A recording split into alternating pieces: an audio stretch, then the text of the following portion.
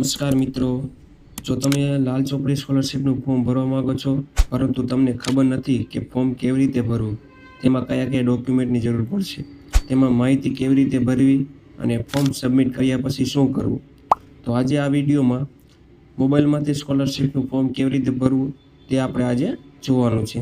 તો મિત્રો, હવે તમારે તમારા મોબાઈલના ક્રોમ બ્રાઉઝરમાં આવીને સન્માન પોર્ટલ સર્ચ કરી દેવાનું હોય. જે આપ સર્ચ કરશો એટલે આ વેબસાઇટ આવી જશે. પહેલી જ વેબસાઇટમાં તમારે જવાનું છે. એમાં જઈશું એટલે આ લોગિન પેજ પહેલું ખોલશે. જો તમે રજિસ્ટર કરેલું હોય તો તમારું આ યુઝર આઈડી, પાસવર્ડ અને એન્ટર કેપ્ચર નાખીને લોગિન થઈ જાય. જો નો યુઝર રજિસ્ટર થયા હોય તો રજિસ્ટર કરીને અને યુઝર આઈડી બનાવી લેવાની. મેં ઓલરેડી રજિસ્ટર કરેલું એટલે મારી પાસે યુઝર આઈડી છે.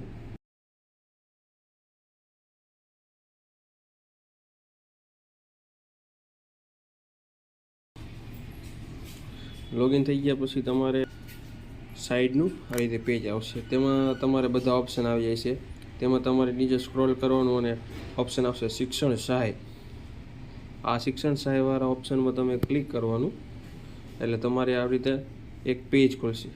આ પેજમાં બધી માહિતી લખેલી છે કે તમારે કયા ડોક્યુમેન્ટની જરૂર પડશે, તેમાં તમને કેટલી સહાય મળવાની છે, તેમાં બીજી માહિતી, બધી જ માહિતી, તમને કેટલો લાભ મળશે, કોણ લાભ લઈ શકે છે, એ બધી પેજમાં. અને છેલ્લે નીચે જો એક્સેપ્ટ એના પર ક્લિક કરો એટલે તમે જે અરજી કરેલી છે જેના નામે એ બધી અરજીનું સ્ટેટસ તમે અહીંથી ચેક કરી શકો.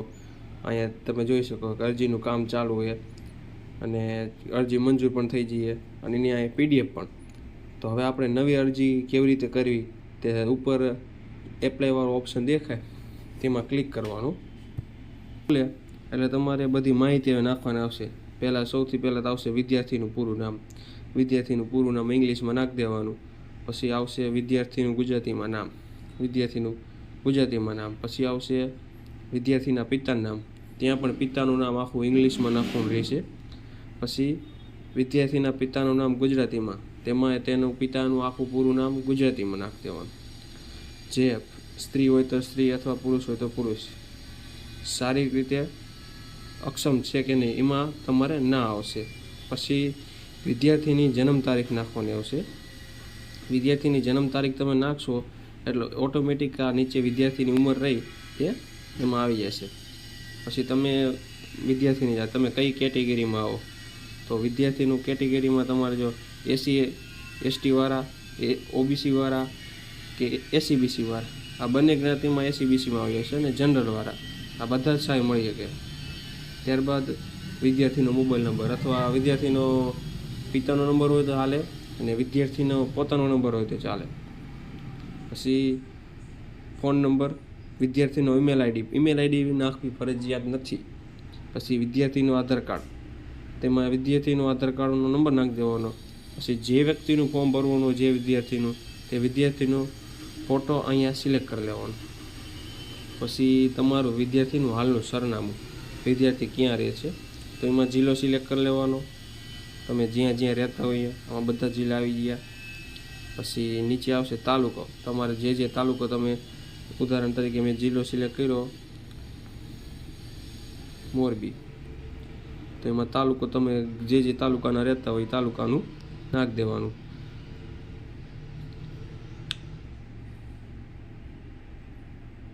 ઉદાહરણ તરીકે નાખ દઉં. પછી વિદ્યાર્થીનું સરનામું ઇંગ્લિશમાં, તમારું આખું સરનામું એક ઇંગ્લિશમાં નાખી દેવાનું, નીચે ગુજરાતીમાં. અને અહીંયા તમારો પિનકોડ નાખીને પછી આમાં જે વિદ્યાર્થીનું કાયમી સરનામું અહીંયા ઉપર મુજબ દઈ દેવાનું. એટલે ઉપર જે તમે સિલેક્ટ કર્યું હોય તે બધું જ નીચે આવી જાય છે. ત્યારબાદ બધી માહિતી એકદમ પરફેક્ટ નાખી દીધા પછી તમારે સેવવાળા ઓપ્શનમાં દેવાનું. સેવવાળા ઓપ્શનમાં દઈશું એટલે આ બીજું પેજ ખોલશે, સ્કીમ ડિટેલ. એમાં તમારે શિક્ષણને લગતી તમામ માહિતી તમારે નાખવાની. પહેલાં સહાયની વિગત, તમે કેટલું ભણો એ બધી માહિતી નાખવાની. એમાં શિક્ષણ, પછી અભ્યાસક્રમ, તમે કયા ધોરણમાં અભ્યાસ કરો એમાં સિલેક્ટ કરવાનું. તમારે શાળા 1 થી 12 ધોરણમાં તમે ભણતા હોય તો શાળા સિલેક્ટ કરવાનું. એમાં તમારે કયું ધોરણ આવે, 12 થી 11 થી 12, 1 થી 5, 6 થી 8, 9 થી 10 તે ધોરણ માટે. જો તમે કોલેજ કરતા હોય તો તમારે સ્નાતક સિલેક્ટ કરવાનું. તો આમાં તમે કયો અભ્યાસ કરો છો, એમાં તમે કયો કોર્સ કરો છો તે તમામ માહિતી આમાં છે. B.Ed કરતા હોય અથવા LLB કરતા હોય, BCA કરતા હોય, BCom કરતા હોય, બધાય માહિતી આમાં છે. તમારી સિલેક્ટ કરીને આપણે કેટલું ભણીએ, આપણે 1 થી 12 ધોરણ નાખી, 12મું ભણો. પછી તમે કયા વર્ષમાં ભણો, તમે પહેલા સેમમાં હો કે બીજા સેમમાં સેમેસ્ટર.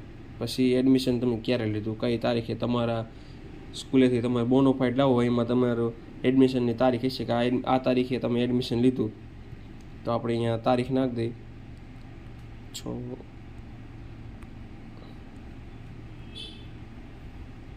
આવી પછી ત્યારબાદ તમે શૈક્ષણિક સત્ર એટલે કયા વર્ષનું, એમાં તો આપણે ખબર જ છે કે 26-27 આવે.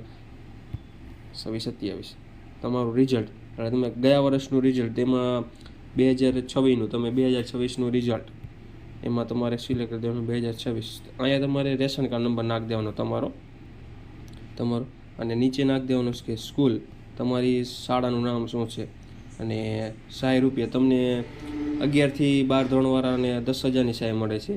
8 થી 9 ને 10 તેમાં તમને 8,000ની સહાય મળશે. એટલે તમારે ઓટોમેટિક અહીંયા તમે જે સ્કૂલ ડિટેલની સિલેક્ટ કરશો એટલે ઓટોમેટિક તમારે અહીંયા સહાય જેટલી મળવાની છે બધું આવી જાય છે. સ્કૂલની ફી તમારે જેટલી સ્કૂલની ફી છે તે અહીં નાખી દેવાની છે. પછી સીધું હોસ્ટેલમાં, તમે હોસ્ટેલમાં ભણતા હોય તો હોસ્ટેલની ફી તમારે અલગ, એની પોઈન્ટ અલગથી લેવાની રહેશે. એટલે તેની ફી અહીં નાખી દેવાની. હોસ્ટેલમાં ભણતા હોય તો હોસ્ટેલમાં, ના કે અપડાઉન કરતા હોય તો અપડાઉનની તેની ફી અહીં નાખી દેવાની. ત્યારબાદ પુસ્તકની ફી, તેમાં તમારે 0 જ આવશે. પુસ્તકમાં કોઈ સહાય આપતા નથી.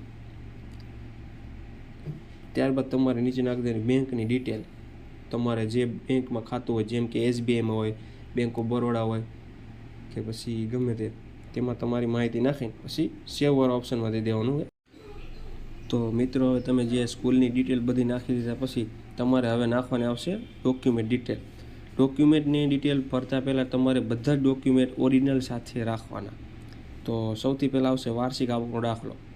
તો જો ધોરણ 1 થી 12 ભણતા હોય તો તેને વાર્ષિક આવકનો દાખલો ફરજિયાત નથી.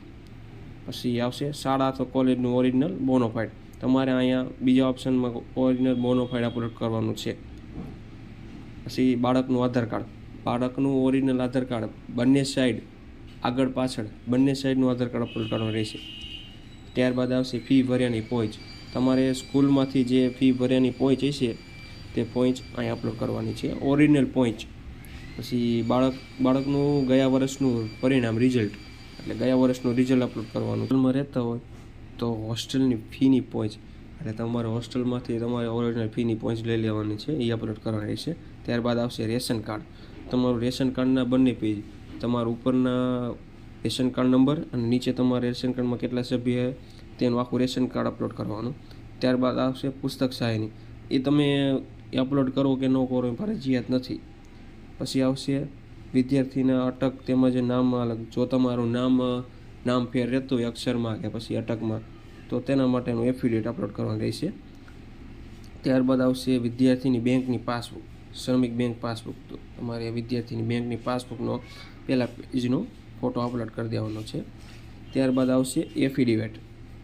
જો તમારે આપણે આગળ જોયું કે આપણે સ્કૂલની ઇન્ફોર્મેશન નાખ્યા એટલે કેટલી સહાય, 10,000ની સહાય એવી, તો તમને 5,000 કરતાં વધારે સહાય મળતી હોય તો આમાં એફિડેવિટ આવશે. તે એફિડેવિટની હું PDF મારા ડિસ્ક્રિપ્શનમાં તમને આપી દઈશ. તો આપણે પાસેથી એનું એફિડેવિટ કરાવી લેવાનું, ત્યારબાદ અહીં અપલોડ કરી દેવાનું. સબમિટ થઈ ગયા પછી તમારે છેલ્લે આવશે સબમિટનો ઓપ્શન. તો તમારે પહેલાં બધી માહિતી તમારી પરફેક્ટ તમે નાખી છે, તમારે બધું જોઈ લેવાનું. એમાં તમારે આના ઉપર ક્લિક કરીને સેવ વાળા ઓપ્શનમાં આપી દેવાનું.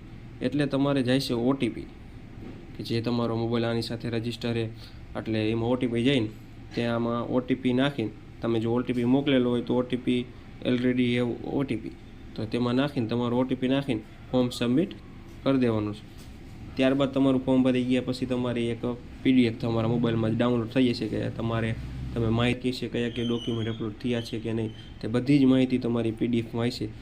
જો અમારો વિડીયો તમને સારો લાગ્યો હોય તો મારી ચેનલને સબસ્ક્રાઈબ કરજો.